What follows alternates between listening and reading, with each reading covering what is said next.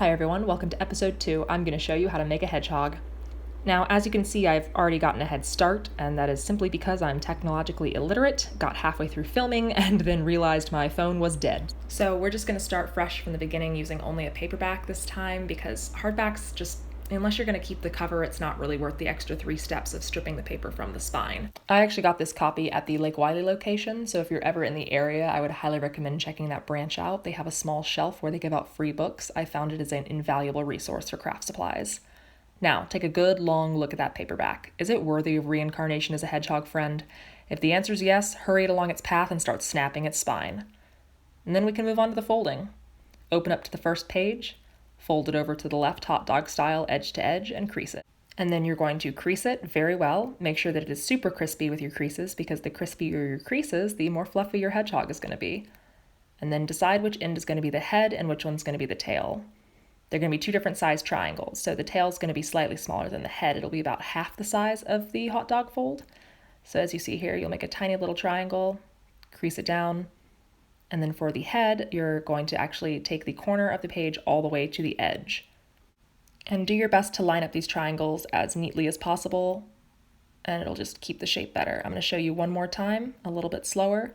You're going to fold over to the left hot dog style, crisp those creases and crease those crisps. Fold it corner to edge for the head, and then half that size for the tail. And then for the next page, you're going to do the exact same thing.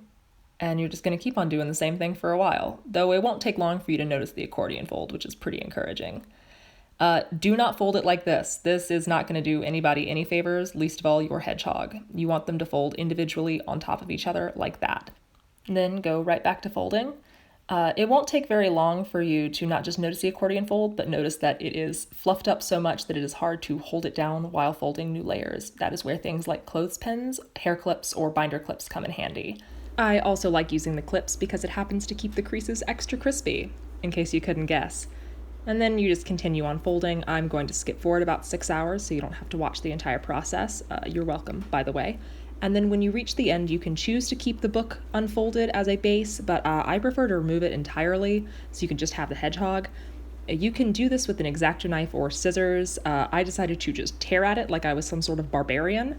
I recommend being a bit more graceful than I was because I actually had to reinforce the bottom with glue because I tore a bit too much off the end. So once you rectify your silly little mistakes, you can fluff out your hedgehog and move on to the final step of decorating them and giving them a name.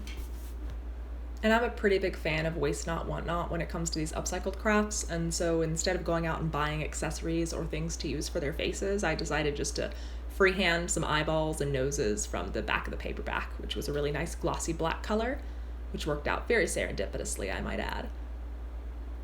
For the ears, I made tiny triangles, cut slits in the bottom, and just slipped them over the folds around the top of the head, which actually attached very easily. I didn't even really need to use glue. And just like that, your new friend is done. I've decided to name mine Sonnet the Hedgehog. Anyway, thanks so much for watching, and I'll see you again next month with a brand new craft.